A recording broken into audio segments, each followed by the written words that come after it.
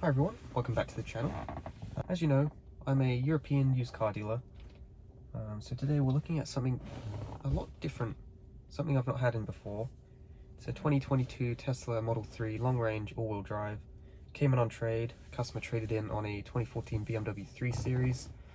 I believe just because they want to do longer trips and not have to worry about the charging. So yeah, this is the first Tesla I have experienced. So I'm living with it for a week, going to be driving it with my family as well. So consider this my non-biased, honest review of the Tesla Model 3. So starting on the interior, honestly, I'm quite a big fan of this simplistic layout. It's just nice and simple, nothing obstructing your view in front of you. Nice simple controls. A lot of people say it's a cheap design, but honestly, I've got nothing against it. Came with these really cool built-in wireless chargers. It's got like almost like a suede sort of felt material to grip your phone. There's two of those. Nice big storage. Got my grocery bags in there. Two cup holders, and then another big storage cubby. There's also these storage bins in the doors. You can fit a drinks bottle or another cup in there and there. And this is where it starts to get interesting. Obviously it's a screen, all your controls are on here. It does take quite a bit of getting used to. Mainly not having just buttons just to easily adjust, heating temperature or your heated seats, for instance, like my heated seats on now. So you'd have to obviously click climate and then adjust it. Whereas most European vehicles will just have a button that you press once to turn it on and then 3 times to turn it off. I know it's not a crazy complaint, but it just takes some getting used to knowing where all the buttons are and what menu they're in. Adjusting stuff like the steering wheel. Seat controls are nice and easy, they're on the seat as per normal. But like adjusting the steering column, that's another thing we have to do in a separate menu. Let's see. Controls is in here. Yeah, and the mirrors as well. You have to go into this menu to adjust the mirrors, which is a bit of a pain. I prefer just to have a switch on the door, do it nice and quickly. It's kind of hard to look at the screen and adjust them, say if you're driving at the same time. Yeah, like for the steering wheel, then it then toggles or turns this control into the steering wheel control. Which, yeah, is when you get used to it, it's nice and easy, but again, it's something you're used to just grabbing under here and adjusting it. I have to say also the sound system is really good. I don't know what it is on these Teslas, but it does have like an immersive surround sound, I believe. If I can, yeah, here it is. So immersive sound, you can have it high or off or standard. I just chose high because I quite like fully immersive sound systems. You can change all your sub, bass, mid, and treble. So it must be a pretty good sound system, and it does sound very good as well. Back seats here, just a comparison. So I'm like 5'8", basically 6 foot, but yeah, 5'8". It's pretty tight back here. My seat in the front is quite far back, but not crazy. Do have some storage in the door bins. And also because there's no transmission, it's just a nice big flat floor. This weekend I'm going to try putting our car seat in, see how that goes, see what space we have. But yeah, still pretty comfortable back here. So here's the exterior of our Model 3. Pretty standard Model 3, nothing special. White exterior. There's a few little scrapes on the bumper, I think.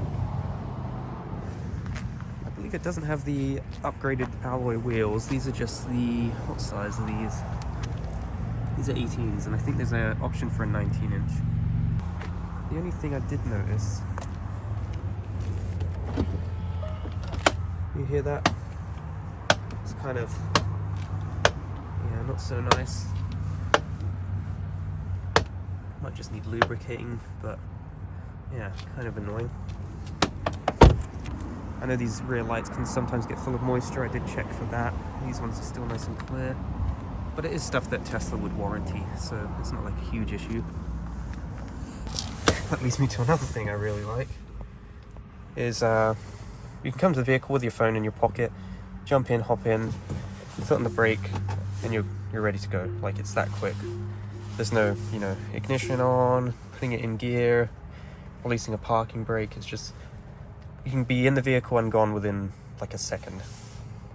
Okay, so driving the Tesla takes a little bit of getting used to. My first time I got in it, I didn't realize you pretty much just don't have to use the brakes, which takes some getting used to for sure. But then you realize it's regen braking, so you're charging the battery a little bit, not much, but a little bit.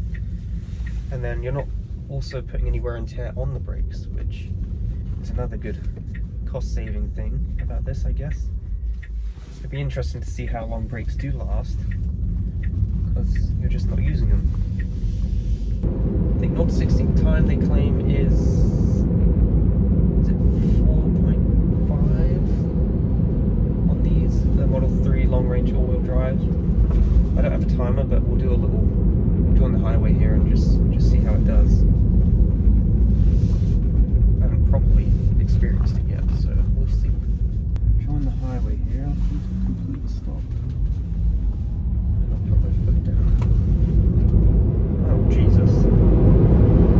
That's 120. Holy shit. Okay. I mean, how can you complain with that? That's like, nothing feels like that. It's just the instant. Okay. Oh, Jesus. That was pretty fun. When I say 120, that's 120 kilometers per hour, not miles per hour. But still super impressive. So right now, coasting at 80 kilometers an hour. If I put my foot to the floor, let's see. There's 120. Jeez. So far I've got no complaints over this thing. Okay, so I just mixed up the view here of the cameras a little bit, so we can see the screen, see the steering wheel and everything. One thing I have found with driving this electric vehicle recently, big diesel trucks just love to get right up your backside and try and sort of intimidate you. Not that it bothers me, but it's just, I've had like 3 of them so far. Oh, I've got another diesel truck up my ass.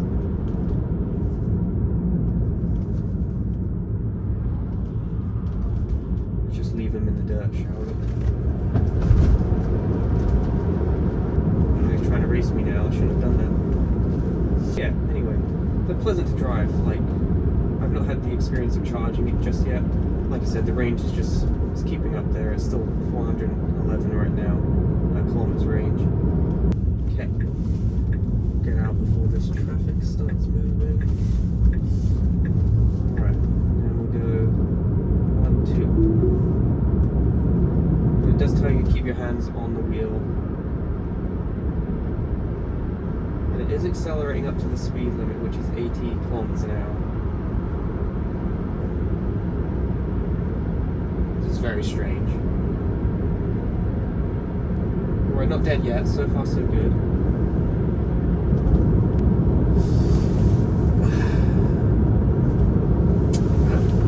I mean, how can you complain about that? It's super cool. It is following the road perfectly. And this was very silly. So weaving. Let's see if it'll go off. No. Okay, it's not that smart to take an exit for me, but still. Another perk about the instant torque and just the power of the electric motors is you can pretty much pull out of any intersection or any junction into a small gap that you wouldn't have normally, you know, made it into. But because you can get up to speed so quickly, there's just no problem at all. Hi everyone. A little bit dark right now. It's 4:30 in the morning, but just wanted to film a little bit more content about this Tesla. So it's after the weekend, driving the Model 3. Yesterday driving mostly around town, a little bit on the highway. Drove a total of 40 kilometers, and the Tesla used 56 kilometers of range, which isn't the best. It's also not terrible. I'm a big petrol head, love my V8s. I had a C63 with a 6.2 litre V8. I'm open to these EVs. I'm not bothered by them. I don't want them forced upon us, that's for sure, but I've got nothing against them. Would I own this one? I probably would, to be honest. Mainly because I'm cheap and I don't like spending money. So money I'd save on gas as a bonus. And the maintenance as well, like there's not much maintenance on these Teslas. Just the purchase price you'd have to get over. So yeah, still pretty expensive to buy one of these. Yeah, Tesla's a very new company. Got to expect some little quirks with their build quality, I think. It has to be expected with such a new company. There's been a few things like I've noticed the doors, how they align when they're all closed, or the trim. And another thing, when you're on the highway, I think where the joins in the glass roof, there's a lot of wind noise from those, which is pretty annoying. I know one thing my 9-month-old son did really like was the fart on demand feature.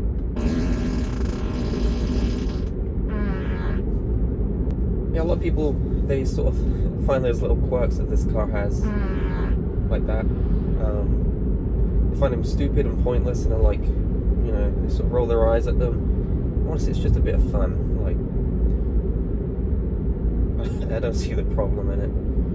If you can't find that stuff like that funny, then there's something wrong with you, I think.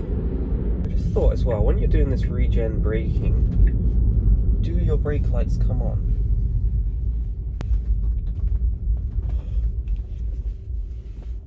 Oh, that's a gem! Yay!